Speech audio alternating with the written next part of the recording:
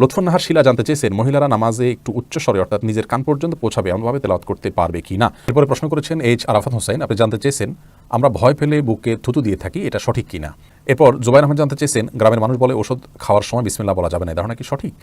এরপর এমডি আহমদুল্লাহ আশরাফ জানতে চেয়েছেন, নামাজে ইমাম সাহেবের ওযু ছুটে গেলে তিনি কি করবেন।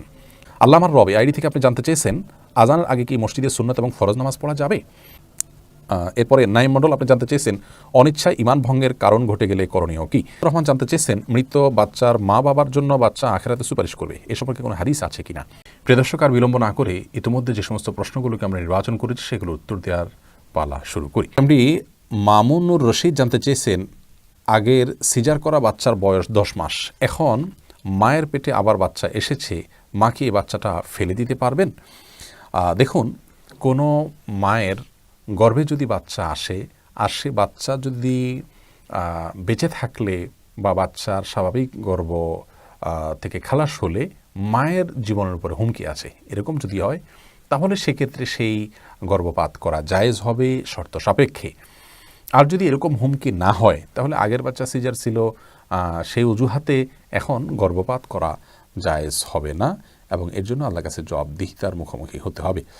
আবদুল্লাহ সাব্বির জানতে চেয়েছেন, কুরিয়ার পার্সেলের ব্যবসা করা কি হালাল। এই ব্যবসা মাঝে মধ্যে হারাম পার্সেল আসে। আবদুল্লাহ সাব্বির, প্রথমত হালাল উপার্জন করা এখন আমাদের জন্য অনেক কঠিন হয়ে গেছে এবং হালালের পরিধি দিন যত যাচ্ছে ততই সীমাবদ্ধ হয়ে আসছে আমাদের জন্য। তো এরকম একটা কঠিন পরিস্থিতি আমরা আপনাকে বলবো যে কুরিয়ার সার্ভিসে আপনি যদি জানেন যে কোনো কাস্টমার কোনো হারাম জিনিস পার্সেল করতে আসছেন তাহলে আপনি সেটি গ্রহণ করবেন না, এভাবে বাছাই করে আপনি চলতে পারবেন, তাহলে সেক্ষেত্রে কুরিয়ার সার্ভিসের ব্যবসা করা আপনার জন্য জায়েজ। আর যদি এমন হয় যে কাস্টমার কি নিয়ে আসছেন সেখানে হালাল না হারাম আপনার নিরূপণ করার কোনো সুযোগ নেই, তাহলে এর দায়ভার আপনার উপরে নাই, কারণ লা ইউকাল্লিফুল্লাহু নাফসান ইল্লা উসআহা, আল্লাহ তাআলা কাউকে তার সাধ্যের বাইরে কোনো কিছু চাপিয়ে দেন না। অতএব মৌলিকভাবে কুরিয়ার সার্ভিসের ব্যবসা করা জায়েজ আছে। আপনি জাস্ট যখন জানতে পারবেন কেউ হারাম কিছু দিচ্ছে তখন আপনি নিষেধ করবেন এবং অ্যাভয়েড করার চেষ্টা করবেন। এরপরে বোন সুরাইয়া জানতে চেয়েছেন, আমি যতটুকু জানি বৃষ্টির সময় দোয়া কবুল হয়, তখন দোয়া কি বৃষ্টিতে ভিজে ভিজে করতে হবে নাকি ঘরে বসে করলেই হবে। আমাদের আয়েশা রাদিয়াল্লাহু তাআলা থেকে একটা হাদিস বর্ণিত হয়েছে সহিহ বুখারীতে যে নবী করিম সাল্লাল্লাহু আলাইহি ওয়াসাল্লাম বলেছেন, যখন বৃষ্টি দেখি আমরা তখন যেন আমরা দোয়া পড়ি আল্লাহুম্মা সাইয়্যিবান নাফিআ, অর্থাৎ আল্লাহ আপনি উপকারী বৃষ্টি দান করুন। এবং দোয়া কবুলের যে সময়গুলোর কথা নবী সাল্লাল্লাহু আলাইহি ওয়াসাল্লাম বলেছেন তার মধ্যে থেকে বৃষ্টি যখন পড়ে ওই সময়টা একটি যে সময় দোয়া কবুল হয়, কিন্তু বৃষ্টিতে ভিজে দোয়া করতে হবে এমন কোনো শর্ত হাদিসে উল্লেখ করা হয়নি। তবে হ্যাঁ, একটা হাদিসের ভাষ্য থেকে বোঝা যায় যে নবী সাল্লাল্লাহু আলাইহি ওয়াসাল্লাম দুই সময় দোয়া কবুলের কথা বলেছেন, তার মধ্যে একটা হলো দোয়া ইনদান নেদা, আজানের সময় দোয়া কবুল হয়, ওয়া তাহতাল মাতারি, এবং বৃষ্টির নিচে দোয়া কবুল হয়। এখানে বৃষ্টির নিচে বলতে আপনি বাসায় বা কোনো জায়গায় আসেন, বৃষ্টি হচ্ছে, তাহলে আপনি বৃষ্টির নিচেই থাকলেন, কিন্তু এখানে ভেজার কোনো শর্ত দেওয়া হয়নি, বিধায় বৃষ্টি চলাকালীন সময় দোয়া করলে দোয়া কবুল হবে ইনশাআল্লাহ তাআলা। তবে বৃষ্টিতে ভেজা এটা আলাদা একটি ফজিলতপূর্ণ কাজ যেটি বিভিন্ন হাদিসে এসেছে। জুবাইর আহমদ জানতে চেয়েছেন, গ্রামের মানুষ বলে ওষুধ খাওয়ার সময় বিসমিল্লাহ বলা যাবে না, এই ধারণা কি সঠিক। ওষুধ সেবনের সময় বিসমিল্লাহ বললে অনেকে মনে করেন যে রোগ আরও বেড়ে যাবে, এটি সম্পূর্ণ ভুল ধারণা এবং অযৌক্তিক কথা। কারণ ঔষধ সেবনের সময় যখন আমরা বিসমিল্লাহ পাঠ করব তখন ঔষধের যে কল্যাণকারিতা সেটা আরও বেশি হবে, দ্রুত আরোগ্য লাভ হবে, আরও বেশি আমরা সুস্থতা লাভ করবো ইনশাআল্লাহ। অর্থাৎ বিসমিল্লাহ পাঠ করলে কোনো কিছুতে বরকত হয়, বেশি হয়, এর মানে এই না যে ঔষধ সেবনে বিসমিল্লাহ পাঠ করলে রোগ বাড়বে, বরং ঔষধের কার্যকারিতা আরও বাড়বে, সেটি আমরা আশা করতে পারি। তো যাই হোক, যে কোনো গুরুত্বপূর্ণ কাজে শুরুতে বিসমিল্লাহ পড়ার নির্দেশ, আল্লাহর নাম নিয়ে কাজ করার নির্দেশ আমাদেরকে দেওয়া হয়েছে, সেজন্য আমরা বিসমিল্লাহ পাঠ করে ঔষধ সেবন করব, কোনো অসুবিধা নেই। এরপরে নাইম মণ্ডল আপনি জানতে চেয়েছেন, অনিচ্ছায় ঈমান ভঙ্গের কারণ ঘটে গেলে করণীয় কি। যদি অনিচ্ছাকৃতভাবে ঈমান ভঙ্গের কোনো কারণ দেখা দেয় তাহলে আল্লাহর কাছে ইস্তেগফার করবে এবং এর ফলে তিনি বেঈমান হবেন না ইনশাআল্লাহ বিইذনিল্লাহ। কারণ এই উম্মতের কেউ যদি ভুলে গিয়ে কিছু করে বা ভুলে কোনো কিছু করে ফেলে তো আল্লাহ রাব্বুল আলামিন সেটা লিপিবদ্ধ করেন না, এই বিষয়ে হাদিস রয়েছে। আর এমনিতে সাধারণ অবস্থাতে আল্লাহ তাআলার কাছে দোয়া করতে হবে যাতে অবিচলতা থাকে ঈমানের উপরে। সেজন্য নবী করিম সাল্লাল্লাহু আলাইহি ওয়াসাল্লাম একটা দোয়া শিক্ষা দিয়েছেন, ইয়া মুকাল্লিবাল কুলুব সাব্বিত কলবি আলা দীনিক, হে অন্তর পরিবর্তনকারী, আপনার দিনের উপর আমার অন্তরকে আপনি অটল অবিচল রাখুন। তেমনিভাবে কখনো আপনার মনে বাজে চিন্তা আসে যার কারণে ঈমান ভঙ্গ হয়ে গেল কি না ইচ্ছার বাইরে, এরকম যদি ওয়াসওয়াসা বা কুমন্ত্রণা আসে তাহলে আল্লাহর কাছে আমরা এটা দোয়া করতে পারি, রব্বি আউযু বিকা মিন হামাযাতিশ শায়াতিন ওয়া আউযু বিকা রব্বি আন ইয়াহদুরুন। আবার বলছি, রব্বি আউযু বিকা মিন হামাযাতিশ শায়াতিন ওয়া আউযু বিকা রব্বি আন ইয়াহদুরুন, যার অর্থ হলো, হে আল্লাহ, শয়তানের কুমন্ত্রণ এবং খোঁচা থেকে আমি আপনার আশ্রয় প্রার্থনা করি, এবং শয়তান আমার কাছে উপস্থিত হয়, আমার মনে বাজে চিন্তা আনে, এগুলো থেকে আমি আপনার কাছে আশ্রয় চাই। এই আয়াত দোয়া হিসাবে পড়বেন। আশরাফ জানতে চেয়েছেন, নামাজে ইমাম সাহেবের ওযু ছুটে গেলে তিনি কি করবেন? ইমাম সাহেবের যদি ওযু ছুটে যায়, তার কর্তব্য হলো পেছন থেকে কোনো একজন মুক্তাদিকে টেনে তার জায়গায় রেখে তিনি চলে যাবেন ওযু করার জন্য। ওযু করে এসে তিনি মুক্তাদি হিসাবে অবশিষ্ট নামাজ পড়বেন, অর্থাৎ জামাতে যোগদান করবেন। যদি কোনো রাকাত ছুটে যায়, শুধু সেই রাকাতটা শেষে তিনি একাকী ইমাম সালাম ফেরানোর পরে আদায় করবেন, এবং পরিবর্তিত বা প্রতিনিধি হিসাবে যিনি দ্বিতীয় ইমাম, দফা ইমাম হয়েছেন, তার অনুকরণ তিনি করবেন। এবং এই বিষয়টি বুখারীর একটি হাদিস থেকে বোঝা যায় যে ওমর রাদিয়াল্লাহু তাআলা আনহু ফজরের সালাতের সময় ইমামতি করার সময় যখন তাকে আঘাত করলো একজন অমুসলিম কৃতদাস, তখন আব্দুর রহমান ইবনে আউফ রাদিয়াল্লাহু তাআলা আনহু তিনি ওমর রাদিয়াল্লাহু তাআলার জায়গায় দাঁড়িয়ে বাকি নামাজকে পরিপূর্ণ করেছেন এবং খুব দ্রুততার সাথে সালাত শেষ করেছেন। তো এখান থেকে বোঝা গেল যে ইমামের কোনো কারণে ওযু ভঙ্গ হলে বা তিনি ওই সময়ে সালাত আর কন্টিনিউ করতে না পারলে, তখন প্রতিনিধির মাধ্যমে সালাত সম্পন্ন করা হবে।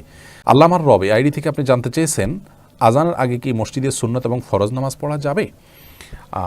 আজান হয়নি এখনও, কিন্তু ওয়াক্ত হয়ে গেছে, এমন যদি হয় তাহলে আমরা অবশ্যই যে কোনো ওয়াক্তের ফরজ এমনকি সুন্নত সালাত আদায় করতে পারবো। কে মসজিদে বসে আছেন, এখনও ধরুন জোহরের ওয়াক্ত হয়েছে কিন্তু মুয়াজ্জিন আজান দেননি, তো তিনি মসজিদে প্রবেশ করেছেন, ওয়াক্ত যদি জোহরের হয়ে থাকে তিনি সুন্নতের নিয়াত করে সুন্নত পড়তে পারেন। আজানের জন্য অপেক্ষা করে তারপরে সুন্নত পড়তে হবে এমনটি আবশ্যক নয়। কোরআন কারীম সূরা নিসা 103 নম্বর আয়াতে আল্লাহ তাআলা বলেছেন, ইন্নাস সালাতা কানাত আলাল মুমিনিনা কিতাবাম মাওকুতা, নিশ্চয়ই সালাত ইমানদারদের জন্য নির্দিষ্ট সময়ে আদায় করাটা এটা আবশ্যক করা হয়েছে। অতএব ওয়াক্ত হয়েছে কিনা এটাই হলো বিবেচ্য বিষয়। আজান এটা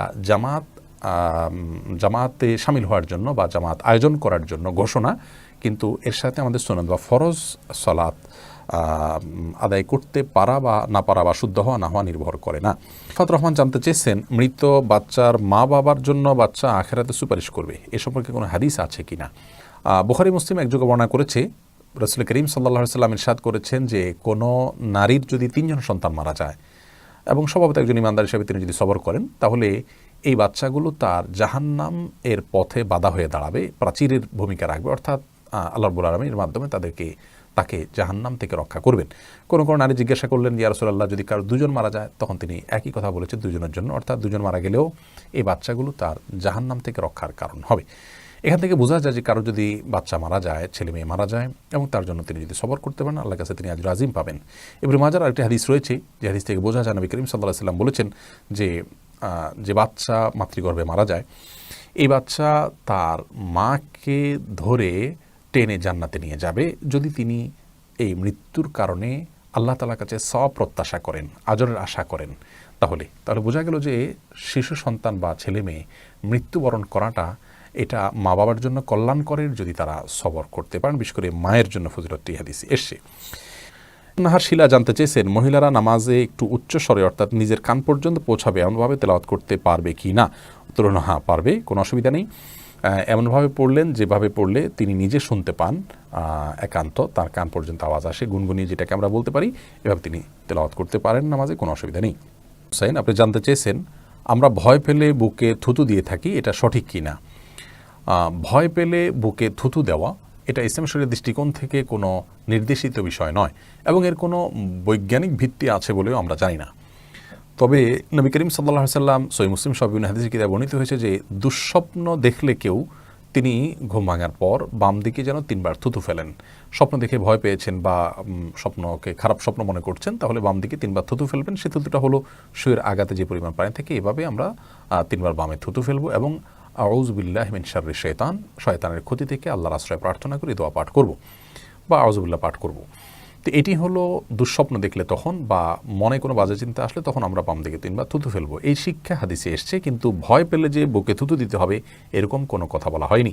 একজন ইমানদার যদি কোনো কারণে ভয় পান, তাহলে তিনি প্রথমত আল্লাহর প্রতি ভরসা রাখবেন এবং আল্লাহর ভরসার মাধ্যমে তিনি শক্তি সঞ্চার করার চেষ্টা করবেন এবং আল্লাহ রাব্বুল আলামিনের কাছে নিজেকে ন্যস্ত করবেন, তাকবীর দিতে পারেন, আল্লাহু আকবার, আল্লাহই সবচেয়ে বড়, আল্লাহ ছাড়া কেউ আমার কোনো প্রকার ক্ষতি সাধন করতে পারেন না, আমার কোনো অপকার হলে আল্লাহর অনুমতি ছাড়া সেটি হবে না, এই মর্মে তিনি স্বীকৃতি দিতে পারেন, তাকবীর দিতে পারেন এবং আল্লাহর উপরে আস্থা এবং নির্ভরতা কথা প্রকাশ করতে পারেন। হাসবি আল্লাহ, আল্লাহ আমার জন্য যথেষ্ট, এ ধরনের কথা তিনি বলতে পারেন। ওলামা ইকরাম বিভিন্ন ধরনের ঝাড়ফুঁকের কথা বলেছেন, যেগুলোর মাধ্যমে এই সময় আমাদের ভয় দূর করা যেতে পারে সেগুলো। তো ভয়ের সময় বুকে থুতু না দিয়ে আমরা আল্লাহর প্রতি আস্থাশীল হব, আল্লাহর প্রতি নির্ভরতা বাড়াবো, আল্লাহর কথা স্মরণ করব এবং আমাদের ঈমানকে বৃদ্ধি করার চেষ্টা করব। সাইদিক পারভেজ জানতে চেয়েছেন, মেয়েদের নখে নেইল পালিশ লাগালে অজু হবে কি না। বাজারে যে সমস্ত নেইল পালিশ সচরাচর পাওয়া যায়, আমরা জানি এই নেইল পালিশগুলো ব্যবহার করলে নখের উপরে আলাদা একটা স্তর বা আবরণ লেয়ার সৃষ্টি হয়ে যায়, যেটা পরবর্তীতে খসে খসে পড়ে। তো এই লেয়ার থাকার কারণে অজু বা গোসলের সময় যে পানি ব্যবহার করা হয়, সে পানি আমাদের ত্বকে যায় না, লেয়ারের উপর দিয়ে চলে যায়, যার কারণে অজু হবে না। নবী করিম সাল্লাল্লাহু আলাইহি ওয়াসাল্লাম বলেছেন, ওয়াইলুল লিল আকাব মিনান নার, অর্থাৎ তোমাদের পায়ের গিরা গোড়ালিকে অজু করার সময় ভালো করে ধো, যাতে সেগুলো শুষ্ক না থাকে, কারণ শুষ্ক থাকলে সেটির কারণে তোমাদেরকে জাহান্নামে যেতে হবে। তাহলে বোঝা গেল যে অজুর সময় অজুর কোনো অঙ্গ বা অঙ্গের অংশ বিশেষ যদি শুকনা থাকে তাহলে অজু হবে না, একইভাবে ফরজ গোসল হবে না।